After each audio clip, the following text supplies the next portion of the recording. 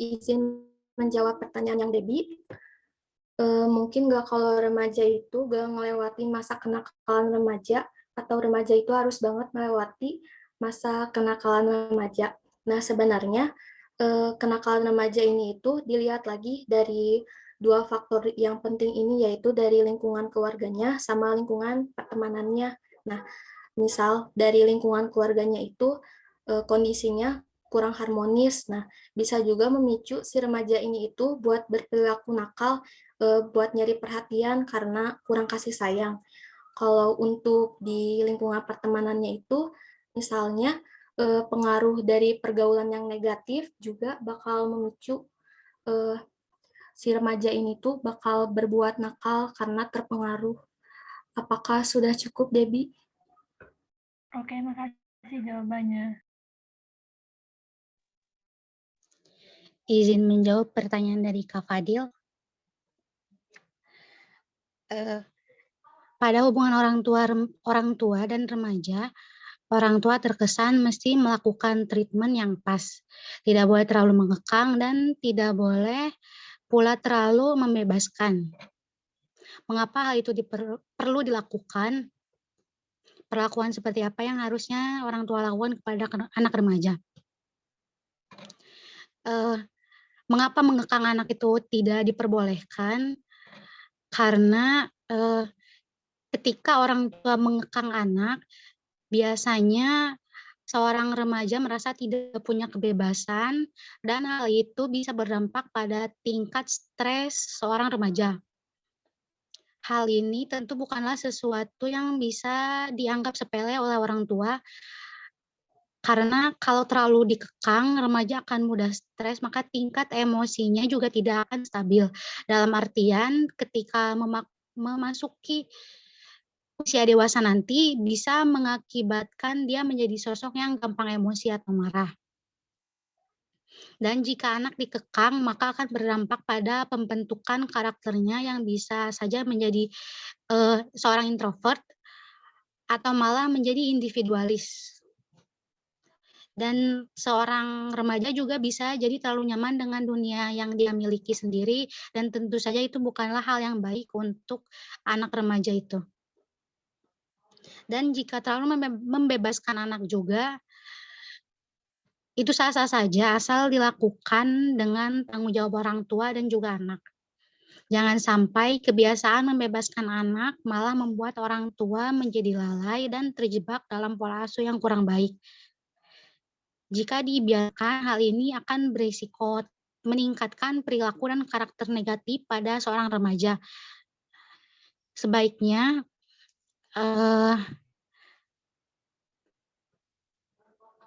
orang tua memberi kebebasan kepada anak itu dengan tanggung jawab agar tidak terjebak dalam pola asuh yang lalai.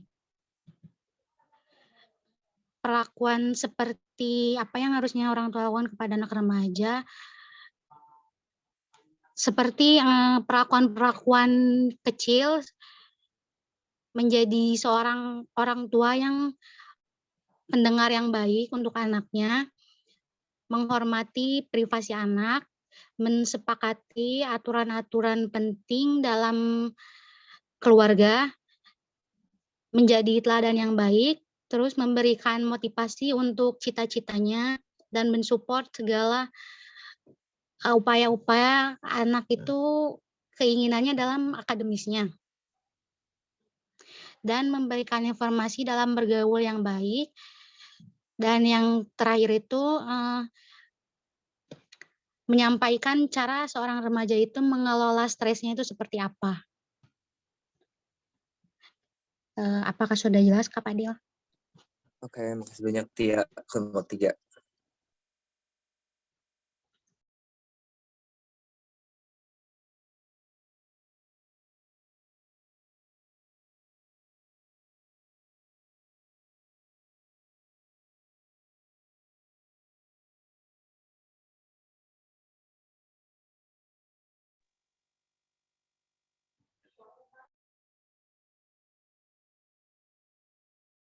Lanjut, izin menjawab pertanyaan dari Diva. Dalam hal seksualitas, bila sejak dari remaja seorang sudah gay atau lesbi, akan tetapi lingkungannya tidak mendukung dan dia harus menikah dengan lawan jenisnya, apa yang akan terjadi terhadap mentalnya? Biasanya seorang lesbian atau gay, biseksual atau transgender berisiko menderita tekanan psikologis. Untuk laki-laki gay, itu lebih rentan sekali untuk mengalami dengan tekanan psikologisnya. Sementara untuk lesbian, memiliki kondisi kesehatan lebih buruk juga dibanding perempuan pada umumnya. Biasanya diskriminasi menyebabkan gangguan stres dan tekanan kejiwaan terhadap LGBT. Stigma dan diskriminasi melawan populasi LGBT menyebabkan rasa percaya diri seorang LGBT itu menjadi lemah dan malu karena merasa ditolak di masyarakat. Dikatakan Gilbert, laki-laki biseksual memiliki kecenderungan menderita tekanan psikologis lebih besar dibanding lesbian, gay atau transseksual. Stigma terhadap kaum LGBT memiliki peran cukup besar. Menurutnya, tekanan bisa disebabkan karena bullying yang diberikan masyarakat kepada kaum LGBT itu. Diva, apakah sudah jelas? Jelas, cuman itu agar sejahteranya seperti apa orang itu. Kan stigma bullying kayak gitu-gitu kan ya pasti lebih ke mentalnya lebih drop lagi kan. Nah, cara agar orang itu sejahtera kayak gimana? Kalau menurut saya pribadi ya, kayaknya tuh kalau misalkan kita di Indonesia itu emang bukan rentan sih, tapi lebih sering gitu seorang LGBT itu mendapatkan diskriminasi atau bullying seperti itu. Nah, biasanya kaum LGBT itu lebih ke menutup diri gitu. Terus ditambahkan di Indonesia itu kalau nggak salah tuh ada undang-undangnya gitu, yang tidak memperbolehkan. Nah, sedangkan kalau di luar negeri seperti di negara Eropa, itu tuh biasanya kan dilegalkan untuk pernikahan itu. Nah, kalau menurut saya pribadi itu kalau misalkan di luar negeri itu bukan berkumpul sih, cuma kayak, jadi circle-nya itu yang sesama orientasi seksualnya gitu. Ngerti nggak, Diva? Berarti harus pindah negara aja gitu ya. Iya, soalnya kan tiap ketentuan negara kan beda-beda, termasuk orientasi seksual itu termasuk hal yang tabu kalau di Indonesia itu. Gitu, Diva. Oke, terima kasih Tia. Iya. Boleh menambahkan nggak? Boleh Teh. Mungkin kayak gini ya kalau menurut saya ya. kan tadi Diva tuh nanya, terus kayak intinya tuh gimana biar si kaum gay atau lesbian ini mungkin ya gitu, biar apa ya, istilahnya tuh bisa tetap ya hidup seperti layaknya apa ya, orang lain lah gitu ya, tanpa harus merasa adanya tekanan gitu kali ya, tanpa ada rasanya diskriminasi kayak gitu segala macam. Nah, kalau menurut saya ya apa ya, mungkin apa ya, keinginan mereka itu lebih ke apa ya, dihargai aja gitu tentang orientasi seksualnya gitu. Nggak harus di apa ya, ibaratnya kan ya namanya negara kita sama negara lain yang emang sudah melegalkan kan pasti sulit ya gitu, banyak pro kontra segala macem. Kalau untuk melegalkan pasti sulit, tapi setidaknya gitu, keberadaan mereka tuh apa ya, ya ingin layaknya diperlakukan seperti manusia pada umumnya lah gitu. Nggak harus dilegalkan atau diakui mengenai si orientasi seksualnya, tapi ya apa sih, intinya tuh apa ya, ya ya kayak apa, nggak dipandang si apa ya, nggak di-highlight soal orientasi seksualnya, tapi ya diri mereka sebagai manusia lah gitu. Mungkin kalau menurut saya lebih ke kayak gitu kali ya, kalau pengen kehidupan mereka juga sejahtera lah istilahnya kayak gitu. Terus oh ya, terus kalau sepengetahuan saya juga ya, sebenarnya si kaum LGBT ini tuh di Indonesia pun sebenarnya udah punya komunitasnya sih, apa ya, nggak harus ke luar negeri gitu, karena ya itu, karena dia di masyarakat kan sulit untuk diterima gitu, sulit untuk apa ya, coming out mengenai orientasi seksualnya gitu kan di masyarakat umum. Nah, maka dari itu ya mereka membentuk lagi komunitas yang bisa menerima mereka, yaitu sesama mereka. Nah, setahu saya sih di beberapa daerah udah ada lah perkumpulan khusus mereka gitu. Ya, jadi istilahnya mereka nggak bisa diterima gitu kan sebagai identitas asli mereka di masyarakat. Oh ya udah, jadi mereka membentuk apa ya, membentuk komunitas lagi lah gitu di mana mereka bisa jadi diri mereka yang sebenarnya gitu tanpa adanya apa ya, tanpa mengikuti adanya tuntutan dari sosial gitu. Oke, baik TPB-nya, terima kasih atas tambahannya. Jadi kalau misalkan dipandang dari segi agama emang salah gitu ya. Cuman kalau dipandang dalam segi manusia ya memanusiakan manusia lah, ini kayak gitu ya. Karena ya dia nggak salah juga gitu kan, dan harus di circle yang tepat juga gitu ya. Iya, kalau misalnya kita, apa ya, beralih ke perspektif agama, pasti jawabannya bakal berbeda ya, gitu. Cuma kalau kita kan, apa ya, tidak bisa mencampur adukan berbagai perspektif ya, karena di saat, misalnya kita, mandangnya dari secara psikologis pun kan banyak perspektif lainnya, apalagi kalau kita melenceng ke, perspektif agama. Oh, tentu itu udah beda lagi gitu kan pembahasannya. Nah, jadi kalau misalnya kita melihat, dari segi ya tadi gitu kan ya, secara sosialnya gitu kan, ya lebih ke memanusiakan manusia aja sih gitu. Jadi intinya mereka tuh nggak butuh pengakuan sih, yang penting saling menghargai, apa ya, ya seperti manusia pada umumnya aja sih, pengen dihargai lah gitu, mungkin seperti. Ya, berarti menanamkan pluralisme dalam diri kita gitu ya. Nah ya intinya sih kalau rasa toleransi tinggi ya, saling punya rasa toleransi tinggi mungkin bakal apa ya, bakal sejahtera lah gitu. Intinya tuh nggak ada lagi bentuk-bentuk diskriminasi terhadap, kaum-kaum tertentu atau enggak, apa ya, kelompok tertentu lah gitu. Jadi intinya tuh lebih ke apa ya, ya penanaman diri sih tentang rasa toleransi yang tinggi, saling menghargai, lebih ke kayak gitu sih. Oke. Mau menambahkan? Hmm, LGBT itu sifatnya kayak hak ya.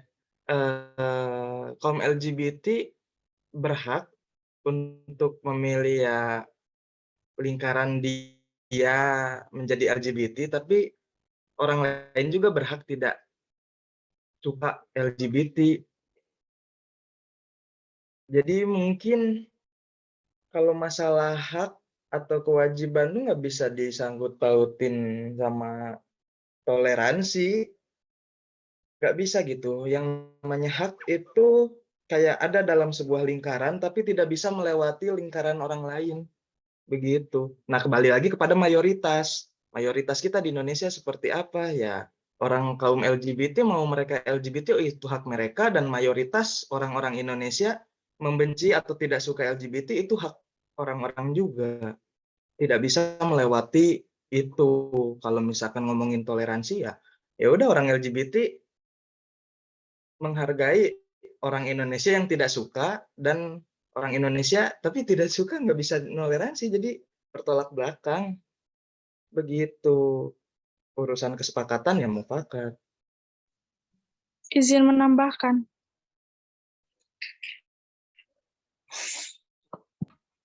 Boleh nggak? Boleh Boleh, banget. saya. Tadi tuh siapa sih? Ulil ya? Iya. Iya. Aku juga setuju sama Ulil. Karena aku kan, aku tuh baru bukan dapet ya, aku baru punya temen yang awalnya tuh dia bukan lesbi, tapi sebulan terakhir ini dia lesbi dan dia tuh ngepost semua itu gitu. Nah, yang aku rasa dari sini adalah kita semua dididik di Indonesia yang dimana kulturnya tuh kuat banget, agamanya tuh kuat banget, dan dia tahu resikonya ketika dia menjadi lesbi. Apa? Pasti dia akan dijauhi dari sosial, akan banyak banyak netizen dan lain-lain. Nah, dari situ aku ngerasa dia membuat dunia mereka sendiri. Jadi mereka tuh kadang nggak peduli sama kita karena mereka sudah senang dengan apa yang mereka lakukan dan apa yang mereka capai, ngerti nggak sih? Karena aku ngerasa gitu. Jadi ketika ada netizen yang nggak suka sama dia tuh kayak yang nggak terlalu peduli karena mereka yang rata-rata yang lesbi, mereka tuh udah punya masalah dengan percintaan mereka yang menyebabkan mereka lesbi, terus ditambah dengan masalah-masalah yang terjadi ketika dia udah jadi lesbi. Nah, biasa mereka tuh kayak udah bodo amat dengan apa ya? Dengan situasi itu, dan kalau kata aku mereka tuh tahu resikonya ketika mereka jadi lesbi. Dan mereka pun nggak minta untuk dianggap, tapi lebih ke ya udah ini aku, itu kamu. Kalau kamu nggak suka aku ya udah. Karena ini diri aku. Mungkin lebih kayak gitu ya, karena kalau benar kata Ulil, toleransi itu boleh, tapi karena ini tuh jauh dari kata toleransi yang seharusnya ya. Jadi kalau kalian nggak suka ya udah, it's okay.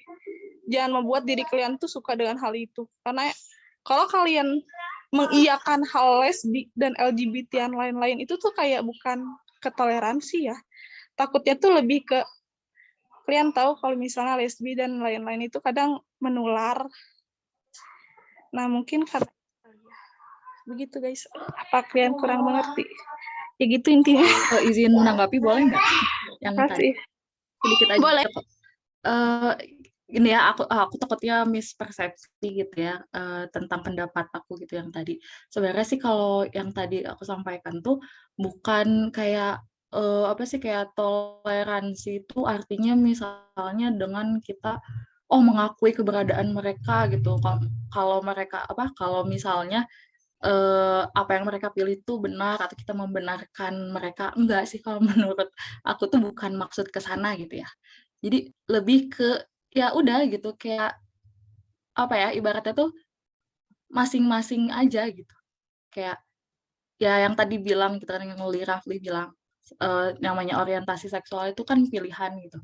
Dia berhak untuk memilih orientasi seksualnya dan kita juga berhak untuk tidak mendukung pilihan dia gitu. Tapi kan bukan berarti kita tidak mendukung dengan bentuk sikap diskriminasi yang jatuhnya tuh kayak bikin posisi dia tuh tidak nyaman lah atau enggak posisi dia tuh ngerasa kayak tertekan dengan berbagai macam tekanan sosial yang harus dia penuhi gitu loh. Jadi poinnya tuh intinya bukan ke si toleransi itu harus misalnya bagian dari kaum mereka juga ya, enggak juga, bukan kayak gitu. Intinya tuh bukan poin yang saya sampaikan tuh bukan di situ gitu, tapi lebih ke, apa ya, intinya tuh keberadaan mereka itu nggak harus dikucilkan gitu, maksudnya sama masyarakat. Ya oke, mungkin secara mayoritas di negara kita, apa ya, tidak ada yang bisa dibenarkan tentang, kaum mereka gitu, kaum LGBT dan apalagi gitu kalau kalau udah bahas-bahas masalah agama, mayoritas masalah apa, negara yang beragama segala macam kayak gitu, mungkin sulit lah untuk apa ya, di dibangunlah karakter, masyarakat yang bisa, apa, menerima mereka. Tapi ini kalau misalnya kita bicara soal bagaimana cara menanamkannya gitu kan, kalau misalnya kita coba benahi gitu loh, lebih ke kayak gitu, langkah apa ya, langkah preventif lah gitu, langkah untuk mencegah supaya, apa ya, si perlakuan-perlakuan diskriminasi ini tuh sebenarnya nggak ke LGBT aja ya, pokoknya diskriminasi yang ditujukan ke kaum-kaum minoritas kan namanya diskriminasi itu kan ya bisa suatu kelompok ya misalnya kelompok LGBT atau kelompok ras-ras tertentu yang dianggapnya minoritas. Nah, itu juga kan bisa termasuk ya di sini tuh kalau kita ambil, secara umumnya gitu. Cuma kan di sini kan topiknya, LGBT. Jadi sebenarnya memandangnya tuh nggak secara spesial LGBT, tapi sama aja dengan memandang kelompok-kelompok tertentu yang sering dapat perlakuan diskriminasi, kayak gitu sih intinya. Jadi bukan berarti yang tadi saya sampaikan tuh kayak diakui dengan cara dilegalkan, enggak gitu, enggak ke arah sana sih. Karena apa ya, ya saya pribadi pun sebenarnya bukan apa ya, kita mendukung bukan berarti kita mengakui dan membenarkan perilaku mereka, tapi lebih ke ya udah gitu. Itu pilihan mereka, itu, hak mereka untuk menentukan orientasi seksualnya, kita bisa memperlakukan mereka ya, seperti manusia pada umumnya, seperti kita memperlakukan orang lain yang bukan termasuk, dalam, LGBT juga gitu. Intinya sih seperti itu. Mau menambahkan? Mungkin kayak lebih ke ini intinya tuh kayak ya udah kalau nggak suka ya lebih baik diam, jangan sampai menjatuhkan orang lain dan membikin dia ngedown kali gitu ya. Daripada harus udah tahu nggak suka terus kita melihatkan ketidaksukaan kita terhadap mereka. Mungkin kayak udah hidup masing-masing. Mungkin intinya seperti itu. Iya, intinya sih, lebih ke kayak gitu sih, gitu. Kayak kalau ya tidak suka ya tidak perlu ada perilaku diskriminasi juga kan. Nah gitu loh sih, lebih ke kayak gitu sih. Hidup Indonesia hidup.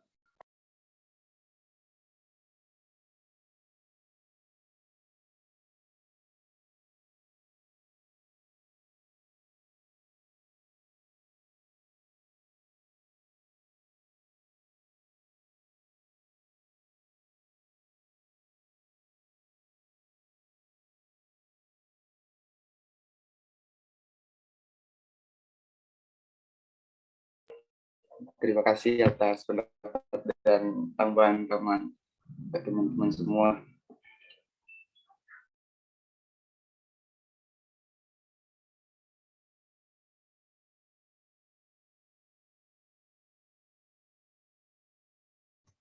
Izin menjawab yang pertanyaan Husaina. Jadi faktor besar apa yang membuat dua negara ini berbeda dan memiliki hasil remaja yang berbeda sedangkan mereka melalui tahap perkembangan remaja yang sama? Mungkin salah satu faktornya itu bisa dilihat dari lintas budaya perbandingannya ya. Nah, dari perkembangan remaja ini itu di beberapa negara ada tradisi yang diteruskan dalam sosialisasi remaja, sedangkan di negara lain itu ada juga yang terjadi perubahan substansial dari pengalaman si remajanya itu. Nah, variasi lain dalam pengalaman remaja di budayanya ini itu seperti apakah remaja ini mengalami ritus peralihan. Ritus peralihan ini itu adalah sebuah transisi individu dari status ke status lainnya yang terutama mereka masuk ke masa dewasa.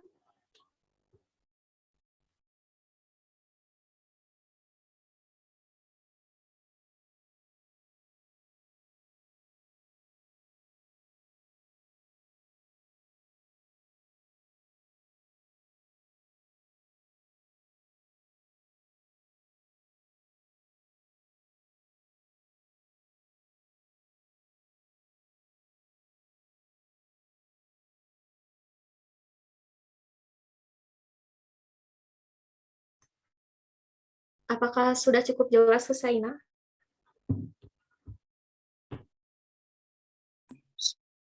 Sudah, makasih.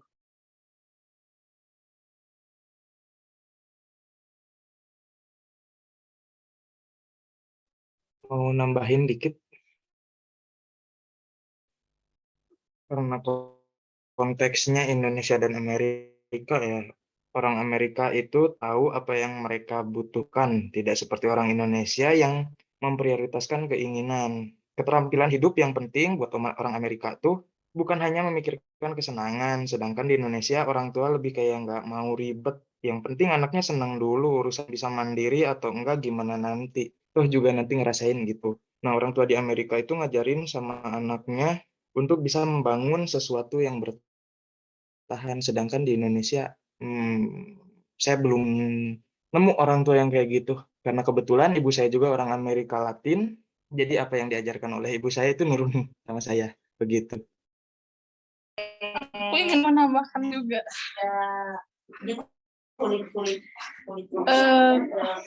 Karena orang luar itu kan mereka memiliki agama, tapi tidak seperti kita. Dan emang mereka itu lebih open minded dibanding kita semua yang membuat anaknya juga jadi open minded. Dan secara tidak langsung kalau kita sadari bahwa open minded itu sangat penting buat apa ya? Buat masa depan anaknya gitu. Tapi emang intinya kita beda budaya yang dimana kalau kita itu kan banyak aturan, banyak pamali dan lain-lain. Tapi kalau di sana tuh yang beneran bebas, yang penting hidup kamu senang, kamu sukses, kamu bisa menjalani hidup kamu dengan enak gitu kan. Tapi emang di sisi lain ketika anak memilih di umur 18 tahun hidup sendiri, mereka juga akan berperilaku bebas seperti seks bebas atau living together dan lain-lain. Nah, yang di mana warga Indonesia tuh takut terjadinya itu dan banyak hal tabu.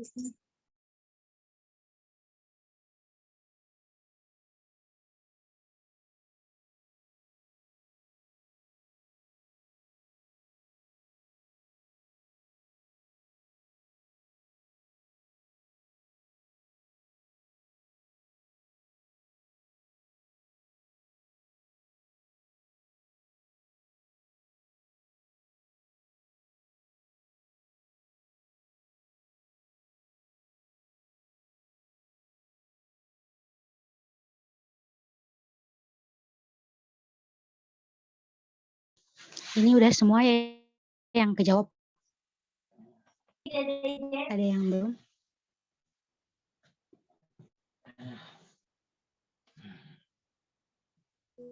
Menjawab pertanyaan kita, faktor apa saja yang mempengaruhi remaja seringkali bersikap seperti orang tua terhadap saudara kandung lainnya?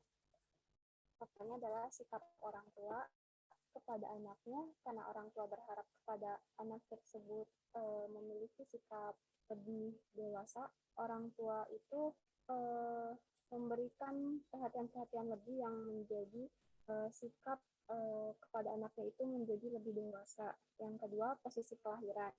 Yang ketiga, faktor ketiganya jenis kelamin. Yang keempat, perbedaan usia. Yang kelima, jumlah dari saudara kandungnya.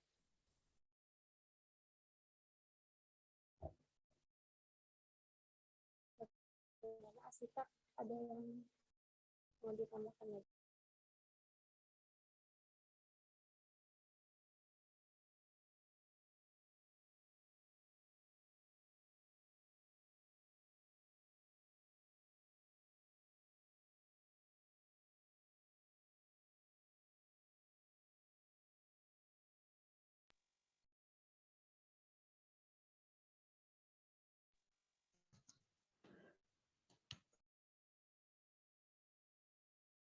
karena waktunya udah mau habis, saya tutup saja untuk presentasi kali ini.